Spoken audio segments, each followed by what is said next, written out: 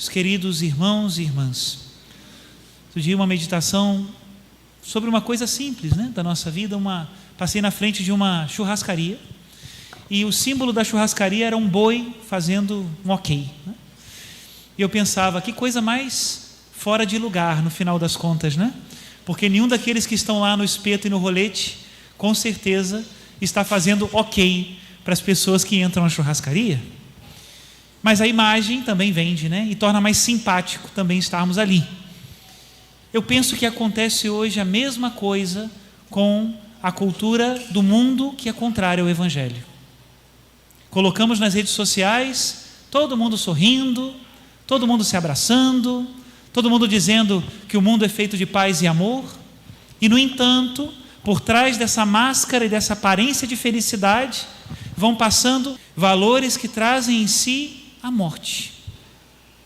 Mas como nós não podemos falar nada, nós vamos sempre pintando isso com um sorriso, com boas maneiras, com boa cara, não é? Como se isso fosse o importante. E hoje a liturgia da palavra nos leva a meditar justamente sobre essa vida que vale a pena, não é? A vida que vale a pena.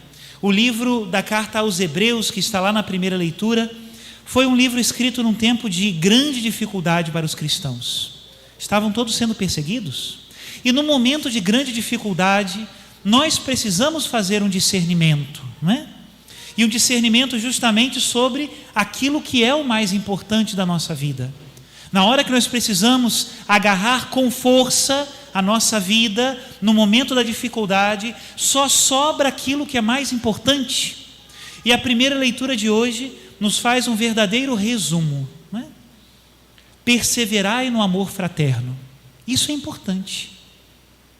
Se nós nos dizemos cristãos e não temos a ninguém como irmão, e não nos preocupamos com ninguém, algo está errado. Isso é importante. É interessante essa comunidade de mártires, né? Que era a comunidade dos primeiros cristãos, como eles nos falam com força justamente dessas joias preciosas. Primeira joia, perseverai no amor fraterno. E aí esse amor fraterno agora vai se debulhando em atos concretos. Não esqueçais a hospitalidade. E aqui o autor lembra inclusive que Abraão, quando hospedou aqueles 3 estrangeiros, hospedou anjos. E muitos personagens da Sagrada Escritura hospedaram anjos nos peregrinos que batiam às suas portas. Não esqueçais a hospitalidade nesse mundo individualista onde nós não queremos que ninguém nos incomode, onde parece que o irmão é sempre algo que me atrapalha.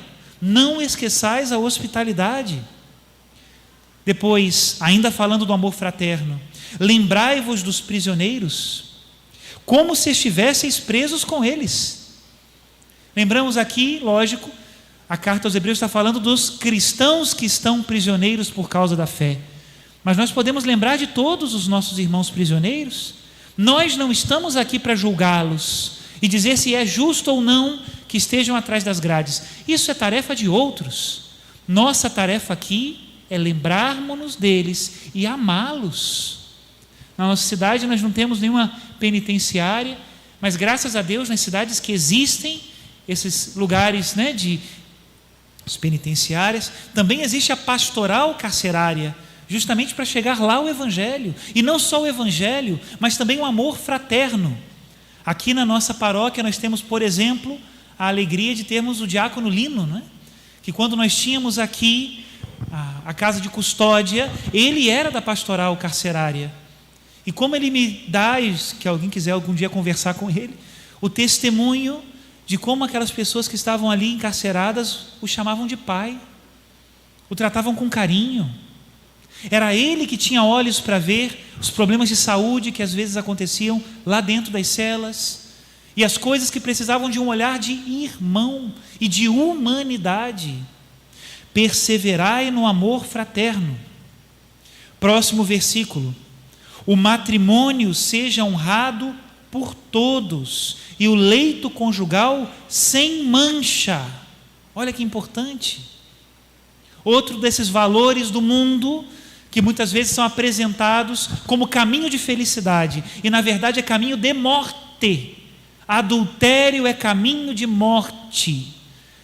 Olha, e é caminho para o inferno que não faz nem curva, porque é uma injustiça contra Deus, contra a família, uma injustiça contra a sociedade, uma grande injustiça. O matrimônio deve ser honrado por todos, por aqueles que estão casados, lógico, em primeiro lugar, mas por todos. Nós precisamos, eu por exemplo que não sou casado, nós precisamos apoiar uns aos outros e elevar a família, e honrá-la, e protegê-la, e amá-la, e falar bem dela, e pregá-la. Às vezes nós estamos tão preocupados com os grandes perigos que ameaçam a família. Temos que preocupar-nos, mas às vezes falta também um incentivo positivo. Chegam os nossos filhos e falam que querem se casar, e nós somos os primeiros a dizer: você está doido, você está maluco, não faça isso não, aproveite a vida. Olha, um cristão que diz isso se verá com Deus, porque o plano de Deus para nós é a família. E continua, não é? 5. Que o amor ao dinheiro não inspire a vossa conduta. Meus irmãos, quanta destruição daquele que constrói a sua vida apoiado somente no sucesso financeiro. Aquele que muda o seu caminho de lá para cá, somente inspirado pelo sucesso financeiro. Quanta destruição. Porque a partir daí, nós vamos deixando para trás os valores importantes.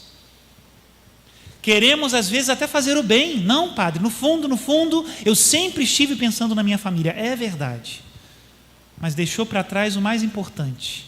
A presença, o bom exemplo, a palavra, a oração em comum. Ama a sua família? Reze junto com ela. Você ama a sua família? Reze junto com ela. E faz das tripas coração para fazer uma viagem em família. Não tem nada de errado, faça isso. Mas também faça das tripas coração para se reunirem em casa, pai, mãe e filhos, e rezarem juntos. Isso previne muitos problemas, hein? Muitos. Nós não podemos ter vergonha de rezar em casa, de jeito nenhum, de jeito nenhum. E nesse tema em que fala do amor ao dinheiro, não é? Logo em seguida a leitura vem falando de colocar a nossa confiança no Senhor. Contentai-vos com o que tendes, porque Ele próprio disse: eu nunca te deixarei, jamais te abandonarei. De modo que podemos dizer com ousadia: o Senhor é meu auxílio, jamais temerei. Olha isso. Peçamos ao Senhor esta graça. Os bens materiais não são problema, desde que estejam no lugar certo. E o lugar deles não é o lugar de Deus. Deus tem o seu lugar. Depois vem as outras coisas. E termina aqui dizendo dos dirigentes. Também isso é uma coisa bonita, não é? O Evangelho não veio brotado naturalmente do nosso coração. Alguém te ensinou a amar a Jesus. Alguém te ensinou a rezar. Alguém te ensinou o que eram os sacramentos. Alguém te ensinou a amar a igreja. Alguém te ensinou a venerar o sacerdote. Alguém te ensinou a amar as coisas boas, belas e santas que a nossa fé nos ensina. Ninguém aprendeu isso sozinho. E aí diz aqui: lembrai-vos de vossos dirigentes que vos pregaram a palavra de Deus. Lembra das pessoas que te ensinaram isso? Teus pais, catequistas, sacerdotes, religiosos, religiosas, missionários, leigos. Quantas pessoas passaram pela nossa vida e plantaram a semente do Evangelho? Lembre-se deles. Ame-os. Ajude-os. Onde eles estão agora, não é? E seja você também aquele que planta o Evangelho na vida dos outros. Meus irmãos, algo está errado. Algo passa nesse mundo que está errado. Como é que nós aprendemos as coisas boas? Porque alguém nos ensinou e as novas gerações não aprendem. A resposta é simples, é porque nós não ensinamos. São Paulo diz isso. Como é que vão crer se não há quem pregue? Quando São Paulo diz isso, é Deus que bate na porta do meu e do teu coração para ser quem pregue. Hoje nós estamos celebrando São Brás e pedimos a Deus a graça da cura e da saúde física. Que bom! Mas nada disso tem sentido se essa minha saúde física não sustentar aquela que é a vida eterna, a saúde espiritual. Porque essa saúde física, por mais que eu cuide dela, um dia acaba.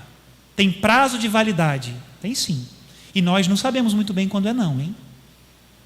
Agora, a saúde espiritual dura para sempre. É vida eterna. Pensemos, repito, na vida que vale a pena. E nós não nos arrependeremos. Louvado seja nosso Senhor Jesus Cristo. Para sempre seja louvado.